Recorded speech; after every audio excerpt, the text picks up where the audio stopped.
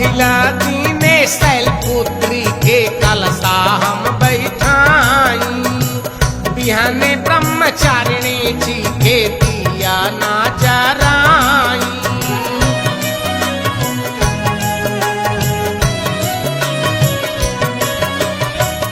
पहिला दिन शैलपुत्री के कलशा हम बैठाई, बिहाने ब्रह्मचारिणी जी के दिया ना जराई। तीसरा दिनवा चंद्र घंटा ध्यान लगवनिए माई, तीसरा दिनवा चंद्र घंटा ध्यान लगवनिए माई। किया हो मैया नौ देवी